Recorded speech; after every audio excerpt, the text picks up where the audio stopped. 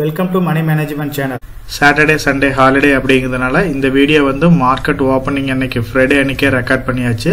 நம்ம சேனலை பொறுத்த வரைக்கும் நிறைய நியூ சப்ஸ்கிரைபர்ஸ் வர்றாங்க. அவங்க எல்லாமே மார்க்கெட் பிகினராக இருக்காங்க. அவங்க ஒரு சில இன்ட்ரெஸ்டிங்கான கொஸ்டின் கேட்குறாங்க. அதாவது ஒரு சிங்கிள் பேன் நம்பர் வச்சு டிஃப்ரெண்ட் டிமேட் அக்கௌண்ட் டிஃப்ரெண்ட் ப்ரோக்கர்ஸில் ஓப்பன் பண்ண முடியுமா அப்படின்ற மாதிரி கொஸ்டின் கேட்டிருக்காங்க. அது இல்லாமல் இந்த டிஃப்ரெண்ட் அக்கௌண்ட்டில் ஐபிஓ வந்து அப்ளை பண்ண முடியுமா அப்படின்ற மாதிரி கேட்டிருந்தாங்க. ரீசெண்டாக தான் வந்து இந்த 1 மந்த்துக்கு முன்னாடி பார்த்தீங்க அப்படின்னா ஐபிஓ எல்லாம் நம்பர் ஆஃப் ஐபிஓஸ் வந்துகிட்டே இருந்துச்சு. அதில் நிறைய நம்மளும் பார்ட்டிசிபேட் பண்ணோம். இன்னும் மார்க்கெட் ஹைல போகுது அப்படின்னா நிறைய புது ஐபிஓஸ் எல்லாமே வரும். ஸோ அதுக்கு அவங்களுக்கு எல்லாமே இது யூஸ்ஃபுல்லாக இருக்கும்னு நினைக்கிறேன். லாங் டைம் இன்வெஸ்ட்மெண்ட்டுக்கு டைட்டன் ஸ்டாக் சூட்டபுல்லா அப்படின்ற மாதிரி கேட்டிருக்காங்க. இப்போ கொஞ்சம் ஓவர் வேல்யூஷன்ல இருக்கு, என்ன பண்ணலான்ற மாதிரி கொஸ்டின் ரைஸ் பண்ணியிருந்தாங்க. ஒரு சில குவாலிட்டியான ஸ்டாக்ஸ், அதாவது ஃபின்சர், V guard, ABB, IRFC, SBI இதெல்லாம் வந்து இந்த ஸ்டாக்ஸை வந்து நம்ம பை பண்ணோம் அப்படின்னா லாங் டைம்ல நமக்கு இது நல்ல வெல்த்தை கிரியேட் பண்ணி கொடுக்குமா அப்படின்ற மாதிரி நிறைய கொஸ்டின்ஸ் கேட்டிருந்தாங்க. இப்போ நம்ம இவங்க கேட்டிருக்கிற கொஸ்டின்ஸ்க்கு எல்லாமே ஒன் பை ஒன்னா பார்க்கலாம். நீங்க வந்து ஒரு பேனுக்கு டிஃப்ரெண்ட் அக்கௌண்ட் கண்டிப்பா ஓபன் பண்ண முடியும். ஆனா ஐபிஓல அப்ளை பண்றப்ப பாத்தீங்க அப்படின்னா ஒரு பேனுக்கு ஒரு லாட் தான் அப்ளை பண்ண முடியும். ஸோ அதனால வந்து நீங்க ஒரு பேன்ல மல்டிபிள் டிமேட் அக்கௌண்ட் ஓபன் பண்ணாலும் உங்களுக்கு மல்டிபிள் டிமேட் அக்கௌண்ட் இருந்தாலும் ஒரு லாட் தான் வந்து நீங்க ஐபிஓல அப்ளை பண்ண முடியும். ஐபிஓ பொறுத்த வரைக்கும் நம்ம எல்லா ஐபிஓ வந்து அப்ளை பண்ணணுன்றது அவசியம் கிடையாது. நம்ம லிஸ்டிங் ஏஜென்ட்கோசரம் எந்தெந்த ஐபிஓ யூஸ் பண்றோம், லாங் டேர்ம் இன்வெஸ்ட்மெண்ட்டுக்கு எந்த மாதிரி ஐபிஓ யூஸ் பண்றோம் அப்படிங்கறத நம்ம டிசைட் பண்ணி வச்சுட்டு அப்புறம் தான் வந்து நம்ம ஐபிஓல அப்ளை பண்ணணும். ஸோ ஐபிஓ அப்ளை பண்றதுக்கு முன்னாடி நம்ம என்னென்ன டிப்ஸ் ஃபாலோ பண்ணோம் அப்படின்னா நம்ம ஐபிஓ டீடைல்ஸை பத்தி கிளியரா ஐடென்டிஃபை பண்ணியிருக்கணும். இதுக்கு நமக்கு ஷேர் ஹோல்டர் ஆப்ஷன் இருக்குதா, இல்ல ரீட்டைல் போர்ஷனை மட்டும்தான் அப்ளை பண்ண முடியும், இதை பத்தி நம்ம வந்து கிளியரா தெரிஞ்சிருக்கணும்.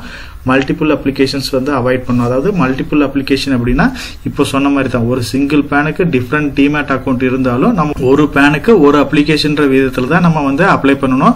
ஐபிஓ அப்ளை பண்றப்ப பாத்தீங்க அப்படின்னா மேக்ஸிமம் கட் ஆஃப் பிரைஸ்ல தான் அப்ளை பண்ண முடியும். அக்கௌண்ட்ல வந்து கிளியரா பேலன்ஸ் மெயின்டைன் பண்ணி இருக்கணும். ஒருவேளை லாட் அலாட் ஆச்சு அப்படின்னா நம்ம அக்கௌண்ட்ல செக் பண்றப்ப பேலன்ஸ் இருக்கணும். அப்படி பேலன்ஸ் இல்லை அப்படின்னா அந்த அலாட்மெண்ட் ஆன லாட் வந்து கேன்சல் ஆயிரும். லாஸ்ட் மினிட்ல அப்ளை பண்றதை முடிஞ்ச வரைக்கும் அவாய்ட் பண்ணணும். சப்போஸ் இப்போ வந்து லாஸ்ட் டேல நீங்க 3 மணிக்கு மேல அப்ளை பண்ணீங்க அப்படின்னா நெட்வொர்க் டிராபிக் இந்த மாதிரி வேற ரீசன்னால வந்து நம்ம அப்ளிகேஷன் வந்து ரிஜெக்ட் ஆகிறதுக்கு பாசிபிலிட்டிஸ் இருக்கு. ஷேர் ஹோல்டர் ஆப்ஷன் இருக்கு. பட் டாடா டெக்னாலஜி ஐபிஓ பாத்தீங்க அப்படின்னா டாடா மோட்டார் வச்சிருந்தவங்களுக்கும் ரீட்டைலர் 2 கேட்டகரியில அப்ளை பண்ற மாதிரி வாய்ப்பு கிடைச்சு. பேரண்ட் கம்பெனி நம்ம வச்சிருந்தோம்னா இந்த மாதிரி ஷேர் ஹோல்டர் ஆப்ஷன் கொடுப்பாங்க. அதை நம்ம செக் பண்ணி பார்த்துட்டு ரெண்டுலயுமே நம்ம அப்ளை பண்ணலாம். ஒரு சில நேரத்துல பாத்தீங்க அப்படின்னா ஃப்ரெஷ்ஷா இப்போ ஓபன் பண்ணலாம், லாஸ்டா ஓபன் பண்ண டிமேட் அக்கௌண்ட்ல அப்ளை பண்ணா ஓரளவுக்கு கிடைக்கிறதுக்கு பாசிபிலிட்டிஸ் இருக்கு அப்படின்ற மாதிரி நிறைய சொல்றாங்க. இது வந்து எந்த ரூல்ஸோ ரெகுலேஷனோ கிடையாது, ஒரு சில அசம்ஷன் தான். மல்டிபிள் அக்கௌண்ட்டை நம்ம யூஸ் பண்ணலாம். மல்டிபிள் அக்கௌண்ட் அப்படின்னா நம்ம டிஃப்ரெண்ட் பேன் நம்பர், அதாவது இப்போ உங்களுக்கு ஒரு பேன் இருக்கும், ஒய்ஃபுக்கு ஒரு பேன் இருக்கும், பேரண்ட்டுக்கு ஒரு பேன் இருக்கும். இந்த இதுல வந்து நீங்க ஒவ்வொரு பேனுக்கும் ஒவ்வொரு டிமேட் அக்கௌண்ட் ஓபன் பண்ணியிருந்தீங்க அப்படின்னா அதுல இருந்து ஒவ்வொரு லாட்டா அப்ளை பண்ணீங்க அப்படின்னா உங்களுக்கு கிடைக்கிற பாசிபிலிட்டி வந்து ஜாஸ்தியா இருக்கும். ஐபிஓவை எப்படி நம்ம ஹேண்டில் பண்ணுங்கிறது ஓரளவுக்கு உங்களுக்கு இப்போ ஐடியா கிடைச்சிருக்கும்னு நினைக்கிறேன். அது இல்லாம இப்போ ரீசெண்டா நம்ம சேனலை பொறுத்த வரைக்கும் நிறைய நியூ சப்ஸ்கிரைபர்ஸ் வர்றாங்க. அவங்க லாங் டேர்ம் பாயிண்ட் ஆஃப் வியூல ஒரு சில ஸ்டாக்ஸை கேட்கறாங்க. இப்போ கோல்டோட அவேர்னஸ் வந்து எல்லாத்துக்குமே ஜாஸ்தியா இருக்கு. அதனால கோல்டு ஸ்டாக்ஸ் இருக்க Kalyan jewellers, Thangamayil jewellers, Vaibhav global, Rajesh export, Titan இதை பத்தி கொஞ்சம் டீடைலா சொல்லி இருக்கிறோம் நம்ம ஆல்ரெடி. அது இல்லாம லாங் டைமுக்கு இதுல சூட்டபுளான ஸ்டாக்ஸ் அப்படின்னா எவர் கிரீன் ஸ்டாக்ஸா இருக்கிற டைட்டனை வந்து நம்ம எப்பயுமே கன்சிடர் பண்ணலாம்னு சொல்லியிருக்கோம்.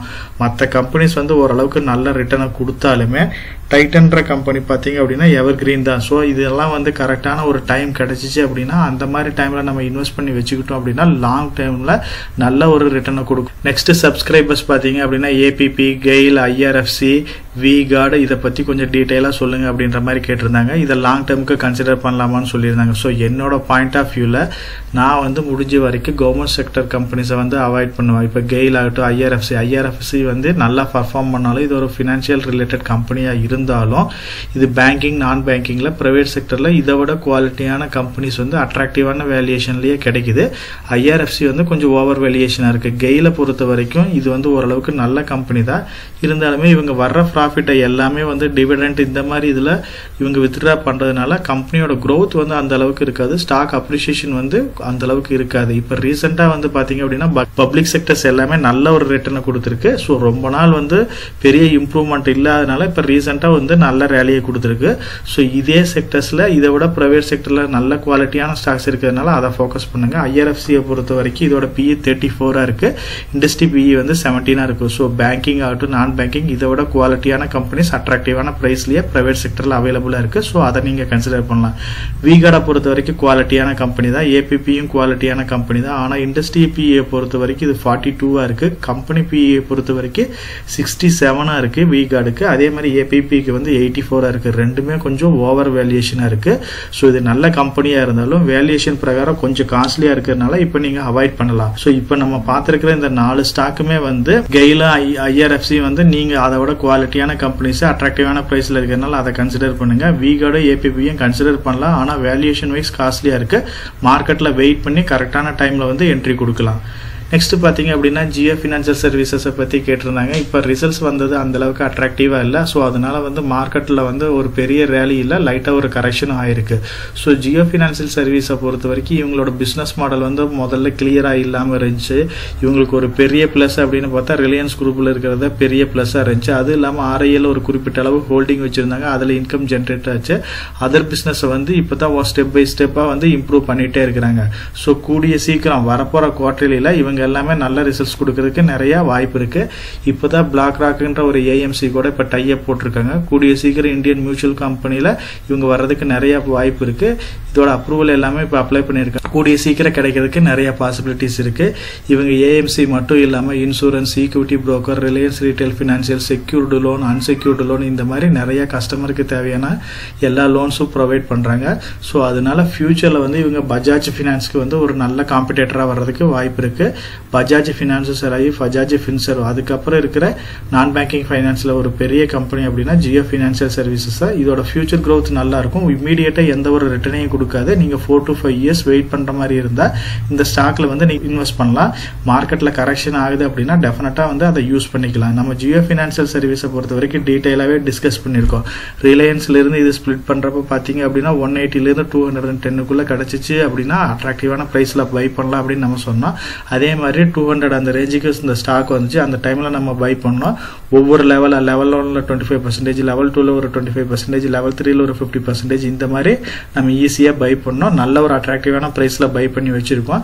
இப்போ ஒரு மூவ்மெண்ட் இல்லாமல லாங் டைம்ல வந்து ஒரு நல்ல ரிட்டர்னை கொடுக்கிறதுக்கு வாய்ப்பு இருக்கு. தமிழ்ங்கிற ஒரு ஐடியில இருந்து LIC of India, Bharat petroleum, ONGC, state bank, இந்த ஸ்டாக்ஸ் எல்லாமே கன்சிடர் பண்ணலாமா லாங் டைமுக்கு? அதே மாதிரி கேட்டிருக்காங்க. எஸ்பிஐ கார்டையும் லாங் டைமுக்கு கன்சிடர் பண்ணலாமான்னு கேட்டிருக்காரு. முடிஞ்ச வரைக்கும் இந்த மாதிரி பியூரா உங்களோட போர்ட்ஃபோலியோ இன்வெஸ்ட்மெண்ட் எல்லாமே வந்து கவர்மெண்ட் ரிலேட்டட் கம்பெனில வந்து ஹோல்ட் பண்ணிடாதீங்க. சப்போஸ் கவர்மெண்ட்ல ஸ்டாக்ஸ் வந்து அந்த அளவுக்கு மூவ்மெண்ட் இருக்காது, என்ன டிவிடெண்ட்ன்ற வழியா நிறைய வெளியே எடுத்துருவாங்க, growth இருக்காது. அது இல்லாம ஒரு சில இஷ்யூஸ் வருது அப்படின்னா டோட்டலா ஃபர்ஸ்ட் சஃபர் ஆகிறது வந்து கவர்மெண்ட் கம்பெனிஸா தான் இருக்கும். ஸோ அதனால கவர்மெண்ட் கம்பெனியாவே இருந்தாலும் அதுல ஒரு சில குவாலிட்டியான கம்பெனிஸை மட்டும் கன்சிடர் பண்ணுங்க. இப்போ அவர் கேட்டிருக்கிற இதுல இருந்து பாத்தீங்க அப்படின்னா ஸ்டேட் பேங்கை வந்து நீங்க டெஃபினட்டா கன்சிடர் பண்ணலாம். அதே மாதிரி எஸ்பிஐ கார்டையும் வந்து லாங் டைமுக்கு கன்சிடர் பண்ணலாம். ஆனா வேல்யூஷன் வைஸ் பாத்தீங்க அப்படின்னா எஸ்பிஐ கார்டு வந்து இப்போ கொஞ்சம் காஸ்ட்லியா இருக்கு. இண்டஸ்ட்ரி பிஇ பாத்தீங்க அப்படின்னா 22 இருக்கு, கம்பெனியோட பிஇ 30 இருக்கு. ஸோ இது வந்து கொஞ்சம் காஸ்ட்லியா இருக்கிறதுனால எஸ்பிஐ கார்டை வந்து இப்போதைக்கு அவாய்ட் பண்ணுங்க. ரிமைனிங் ஸ்டாக்ஸ் நம்ம டிஸ்கஸ் பண்ண ஸ்டாக்ஸ்ல பாத்தீங்க அப்படின்னா எஸ்பிஐ வந்து ஒரு அட்ராக்டிவான பிரைஸ்ல தான் இருக்கு. இண்டஸ்ட்ரி பிஇ 9 இருக்கு, கம்பெனி பிஇ வந்து 8 இருக்கு. ஸோ இது ஒரு அருமையான அட்ராக்டிவான பிரைஸ்ல இருக்கு. பப்ளிக் செக்டர்ல நீங்க ஃபர்ஸ்ட் ஸ்டாக்கா கன்சிடர் பண்ணணும் அப்படின்னா நீங்க எஸ்பிஐ ஃபர்ஸ்ட் ஃபோக்கஸ் பண்ணலாம். ரிமைனிங் பேங்க்ஸ் எல்லாமே பப்ளிக்ல இருந்தாலும் எஸ்பிஐக்கு வந்து ஒரு ஸ்ட்ராங்கான ஃபண்டமெண்டல் இருக்கு. அதனால லாங் டைம்ல இது நல்ல ரிட்டர்னை கொடுக்கக்கூடியதா. டைட்டனை பொறுத்த வரைக்கும் இது வந்து ஒரு எவர் கிரீன் ஸ்டாக்ஸ். பிஇ பாத்தீங்கன்னாவே உங்களுக்கு தெரியும், இண்டஸ்ட்ரி பிஇ 37 இருக்கு, கம்பெனியோட பிஇ 102 இருக்கு. ரொம்ப காஸ்ட்லியான ஸ்டாக்ஸ். டே பை டே நல்ல இம்ப்ரூவ்மெண்ட் ஆகிக்கிட்டே தான் இருக்கு. இந்த மாதிரி ஸ்டாக்ஸ் எல்லாமே வந்து மார்க்கெட்ல கரெக்ஷன் ஆகிறது ரொம்ப ரேரா தான் இருக்கும். ஒரு ஹெவியான ஏதாச்சும் ஒரு ஃபால் வந்தா, COVID-19 இந்த மாதிரி ஏதாச்சும் ஒரு சிச்சுவேஷன் வந்தா தான் இந்த ஸ்டாக் எல்லாமே ஃபால் ஆகும். அதர்வைஸ் இந்த கம்பெனி வந்து ஃபால் ஆகிறதுக்கு இப்போதைக்கு வாய்ப்பு கம்மி தான். ஏன்னா கோல்டை பொறுத்த வரைக்கும் கோல்டு பிசினஸ் நல்லா இருக்கிறதுனால, ஃபியூச்சர்ல கோல்டு அப்ரிசியேஷன் ஆகிட்டே இருக்கிறதுனால இந்த பிசினஸ் மாடல் வந்து ரொம்ப சக்சஸா இருக்கு. அதனால டைட்டன்லாம் வந்து ஸ்டாக்ல ஏதாச்சும் ஒரு பேட் நியூஸோ இல்ல ஒரு சில குவார்டர்ஸ்ல வந்து ரிசல்ட்ஸ் கொடுக்கல அப்படின்னா அந்த மாதிரி டைம்ல கரெக்டா என்ட்ரி கொடுத்து இதை பை பண்ணி வச்சுக்கோங்க. ஜியோ ஃபைனான்சியல பொறுத்த வரைக்கும் இப்போ டீட்டெயிலாகவே டிஸ்கஸ் பண்ணோம். நீங்கள் ஒரு 4 to 5 years வெயிட் பண்ணுற மாதிரி இருந்துச்சு அப்படின்னா இது ஒரு குவாலிட்டியான ஸ்டாக்ஸ் தான். இவங்களோட பிஸ்னஸ் வந்து ஸ்டெப் பை ஸ்டெப் எல்லாம் இம்ப்ரூவ் பண்ணிக்கிட்டே வர்றாங்க.